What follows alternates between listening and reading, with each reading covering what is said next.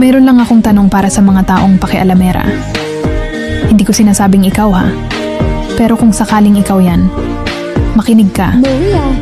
Huwag kang makialam sa kapwa mo. Higit sa lahat, huwag kang laging nakabantay sa mga kilos at galaw nila. Ang bilis mong nakikita kahit yung maliliit na sablay ng ibang tao, pero yung sarili mong sablay di mo nakikita.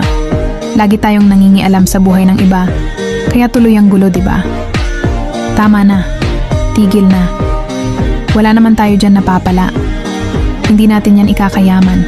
Kaya nga tayo binigyan ng Diyos ng kanya-kanyang buhay para hindi natin pinapakialaman ang buhay ng iba. Mag-focus tayo sa mga sarili nating buhay upang makita natin at makilala ang tunay nating pagkatao.